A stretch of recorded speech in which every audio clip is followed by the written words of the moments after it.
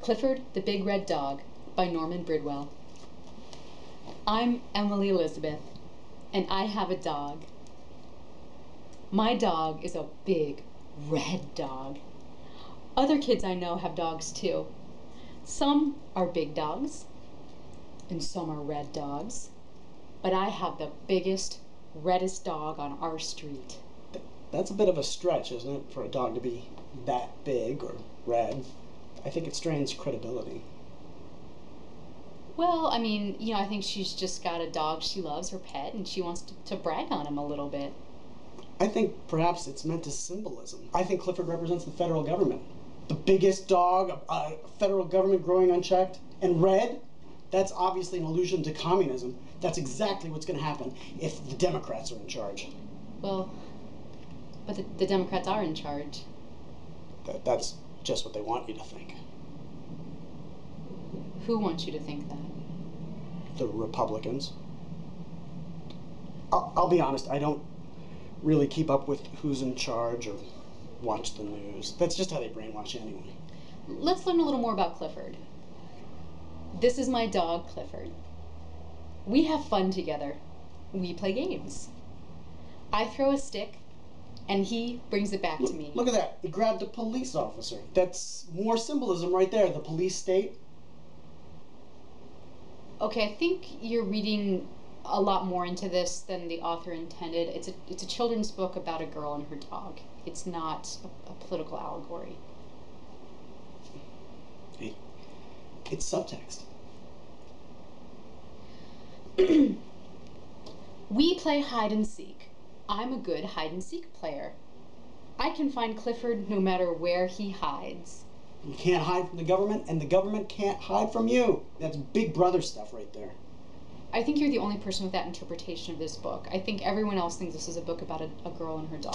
I can't help it if people can't see the subtext. If all the sheeple won't wake up. Wake up, people! It's all in here. Bridwell is spelling it out for you. Pay attention. Okay. We play camping out, and I don't need a tent. Because the dog is her tent.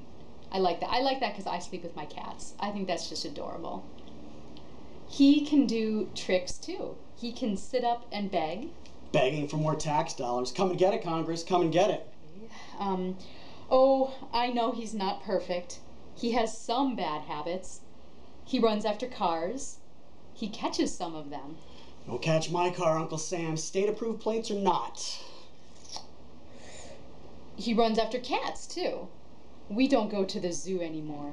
Okay, this is obviously a geopolitical statement about how the U.S. government gets too involved in global affairs.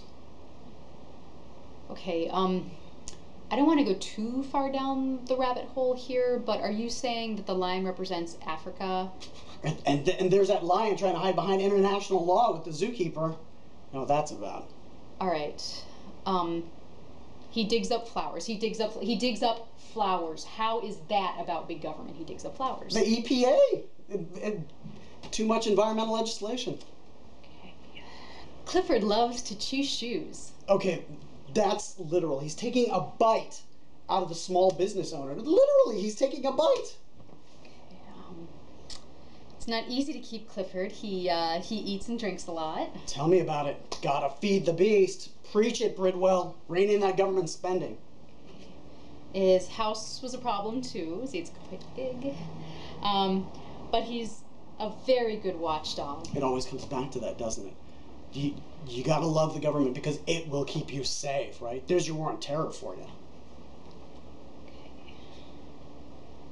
The bad boys don't come around here anymore, playing right into the terrorism thing. One day I gave Clifford a bath. How is this at all about big government? One day I gave Clifford a bath. I have to think about that. Hey, all right. And I combed his hair and took him to the dog show. Ah, dog show. Election time. Getting him cleaned up for election, making the government presentable. Election time. Elections, of course. I'd like to say Clifford won first prize, but he didn't. A stunning indictment. We don't even have a first prize government right there. I don't care. You can keep all your small dogs.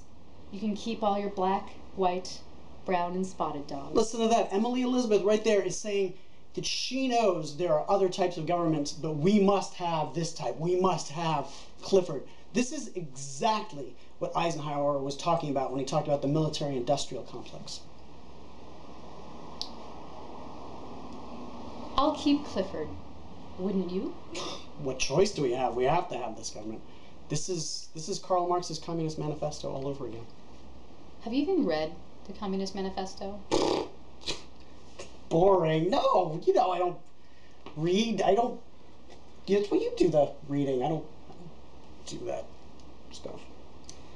So I give Clifford the Big Red Dog a thumbs up. It's a classic, timeless story about a little girl, her dog, and their adventures and misadventures together. Thumbs up for me too. It's a chillingly horrific tale about what can happen if the federal government is left to grow unchecked. It's a must-read for any parent who wants to open their children's eyes about what's going on in the world. It's right up there with Animal Farm. Have you read Animal Farm? Not important. No. Okay. Thanks for joining us today. See you next time. The government totally sucks. The government totally sucks.